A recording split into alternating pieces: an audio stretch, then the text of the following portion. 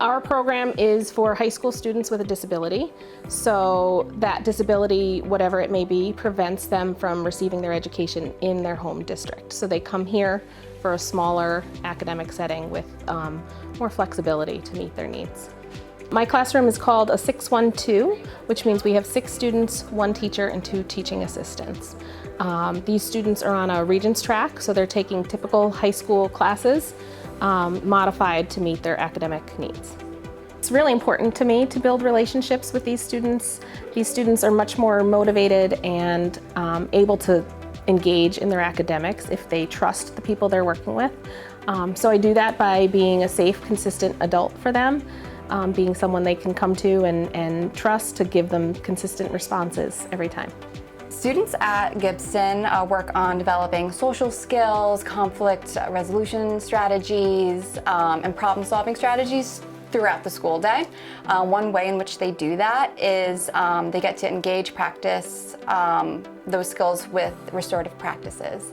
So with restorative practices, students are given the opportunity to voice their values, concerns. They can come together as a community to solve different problems. They can enter the classroom and say, hey, I noticed this isn't really working for me. What can we do to solve that? It's also an opportunity for students to meet and talk about some of the harder social conflicts, like, hey, you said this and I felt like it was disrespectful.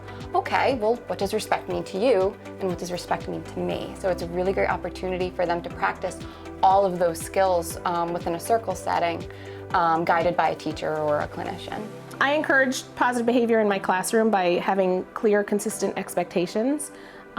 My students know that when they're in this room, they are to be respectful, and it's okay if they're having a hard day or they're not ready to engage in their academics that day, as long as they handle it appropriately and respectfully.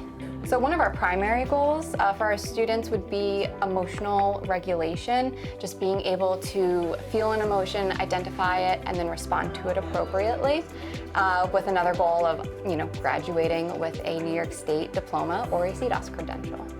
They learn career skills and real-life adulting skills. They learn how to fill out job applications and questions to ask on an interview, dressing appropriately for a job interview, employability skills, showing up on time, and doing paperwork and hard work when, doing things even when you don't want to do them. And our students are learning those skills so that hopefully they leave here able to hold a job.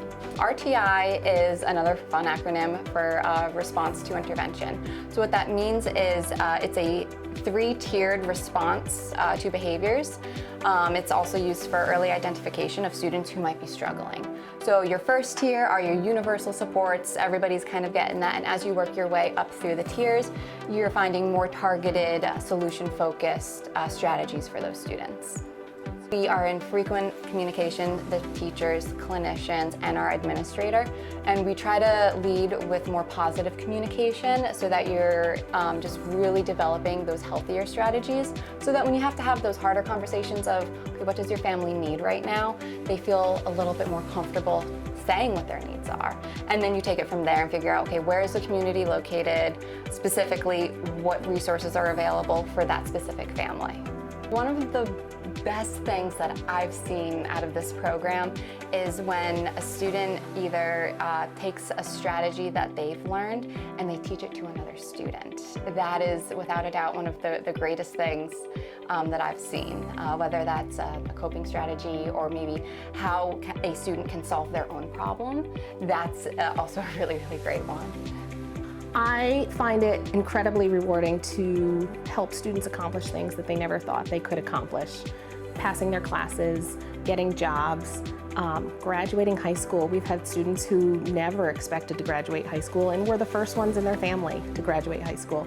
We've had students come to high school and say, I don't care about graduation, I'm dropping out. And they've made it, and they walk across that stage, and it's incredibly rewarding. I've maintained relationships with several of my former students, and they're out in the world, and they have jobs and families and living lives they never thought that they would live before they came here, because school didn't work for them until they came here.